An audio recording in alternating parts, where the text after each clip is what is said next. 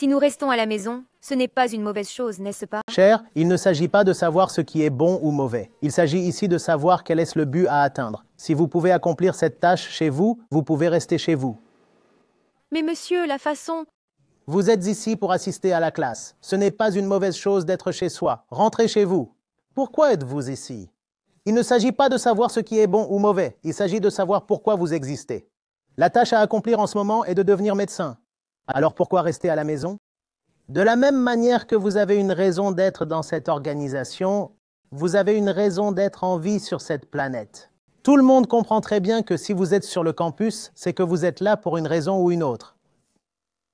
Mais on ne nous a jamais enseigné que puisque vous êtes sur cette planète particulière, vous devez remplir certains devoirs. Nous nous demandons alors ce qu'il y a de mal à rester assis chez soi. Vous pouvez toujours rentrer chez vous et vous détendre. Il n'y a rien de mal. Alors pourquoi sommes-nous ici? Si vous êtes à la maison, si vous faites quelque chose qui rendra votre vie belle ou vous accordera le salut, alors vous devez vous asseoir à la maison. Il ne s'agit pas de s'asseoir à la maison ou non. Mais vous avez une meilleure idée que moi de ce que vous faites assis chez vous. Je parle de ceux qui s'assoient chez eux, et je ne parle pas des exceptions. Il y aura toujours 5 exceptions sur 1000, mais ces 9,95 personnes sur 1000 qui sont assises chez elles, que font-elles? Dites-moi ce qu'ils font. Ne voyez-vous pas qu'en les obligeant à rester à la maison, vous avez porté atteinte à la conscience des femmes? Il suffit de regarder les publicités à la télévision, et qui sont faites en ciblant uniquement les femmes. Ces publicités sont créées en partant du principe que les personnes auxquelles nous nous adressons n'ont pas un QI supérieur à 40. En obligeant les femmes à rester à la maison, nous les avons rendues inutiles et superflues. Nous leur avons dit que leur travail consistait à faire des paratas. Et beaucoup d'entre elles ne cuisinent même pas de paratas aujourd'hui, car avec l'évolution de l'économie mondiale, même ce travail est fait par quelqu'un d'autre. Alors, que faites-vous exactement à la maison?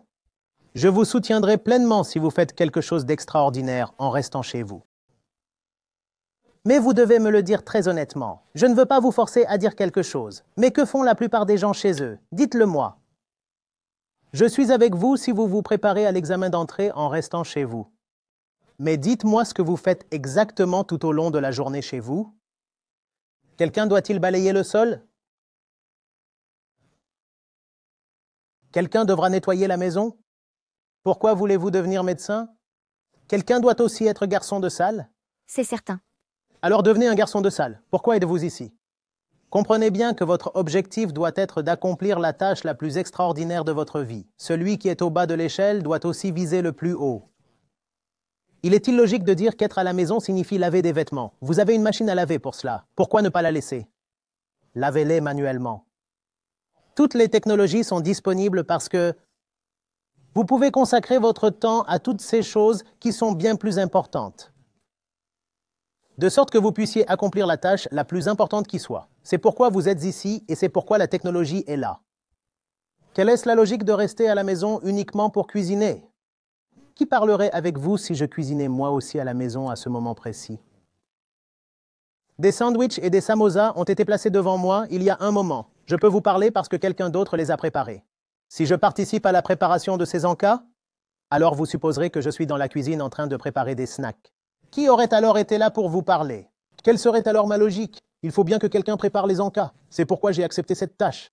Je suis tout à fait d'accord pour dire que quelqu'un doit se charger de cette tâche. Mais vous devez au moins faire un effort complet pour accomplir cette tâche de la plus haute importance. Quelle est cette logique? La seule chose que je dois faire dans la vie, c'est cuisiner et balayer le sol. Je garde tout propre et bien rangé à la maison. C'est mon but. Qu'est-ce qui est fait? Une table poussiéreuse est nettoyée avec un chiffon. La salle de bain est nettoyée. Si vous pensez vraiment que ce sont des tâches de premier ordre, vous pouvez continuer à le faire. Je ne veux rien dire. Alors je n'ai absolument rien à dire. Vous avez parlé de la façon dont les enfants sont élevés. Dites-moi maintenant quelque chose.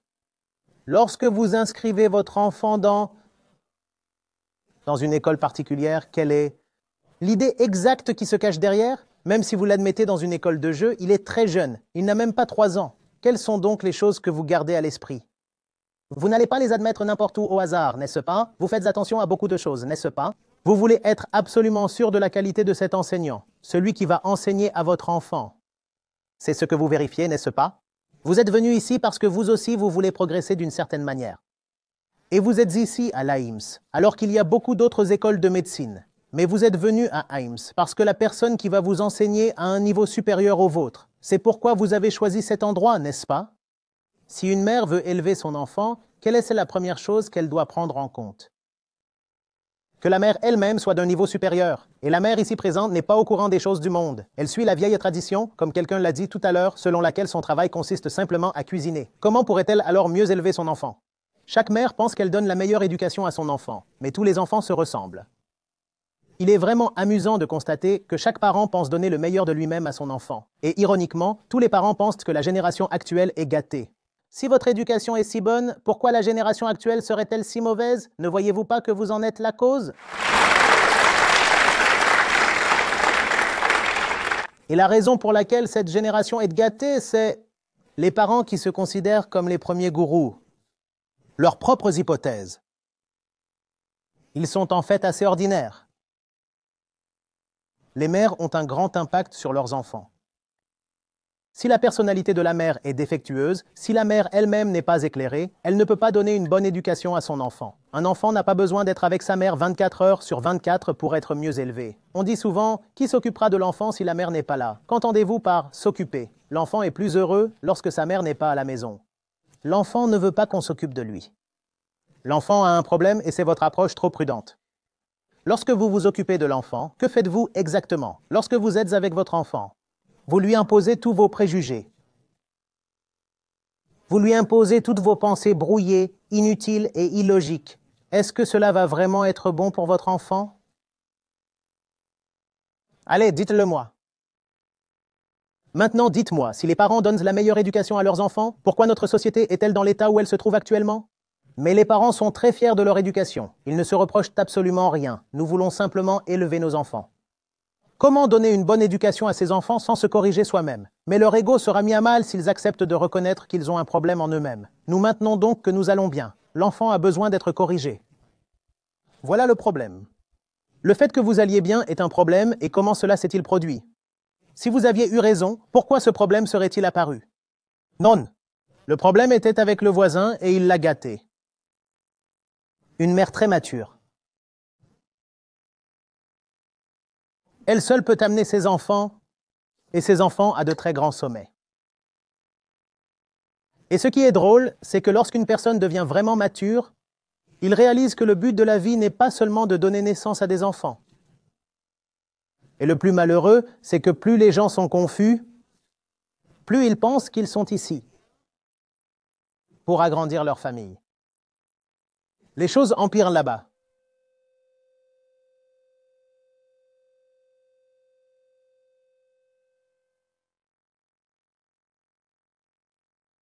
Vous voyez, je n'ai rien contre les tâches ménagères, d'accord? En fait, je fais moi-même beaucoup de tâches ménagères. Surtout pendant le lockdown. Nous avons un grand hangar à bateaux et aucun étranger n'avait l'habitude d'y venir. J'aidais également mes coéquipiers dans les tâches ménagères. J'ai tout fait. Mais je sais quelle tâche est importante dans la vie et dans quelle mesure. Et même toi, tu en es conscient, mais je ne peux pas t'aider si tu ne veux pas le croire. Si toutes les tâches étaient d'égale importance, comment appelleriez-vous le progrès? Dites-moi.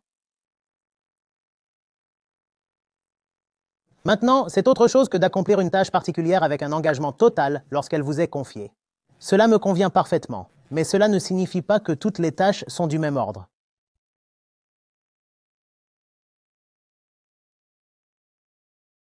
Supposons que vous soyez le 12e homme sur le terrain de cricket. Il ne vous reste plus qu'à prendre les boissons posées par terre et à vous y tenir. Ou si le batteur qui joue sur le terrain vous a demandé de remplacer sa batte et que vous la portez. De remplacer sa batte et que vous portez cette batte pour lui. Il peut également arriver qu'un joueur soit éliminé. Supposons qu'il soit éliminé sur un 0. Mais il devient coureur. Vous savez ce qu'est un coureur, n'est-ce pas?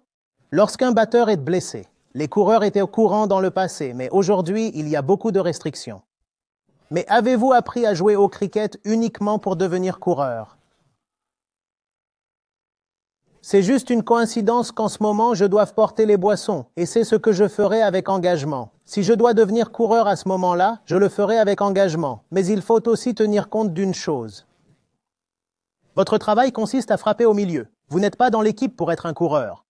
Et si vous n'êtes qu'un coureur, votre esprit doit être conscient de ce fait. Vous ne devez pas stagner, vous devez aller de l'avant. Je dois aller au milieu et frapper. Pendant combien de temps vais-je servir des boissons et du thé aux joueurs?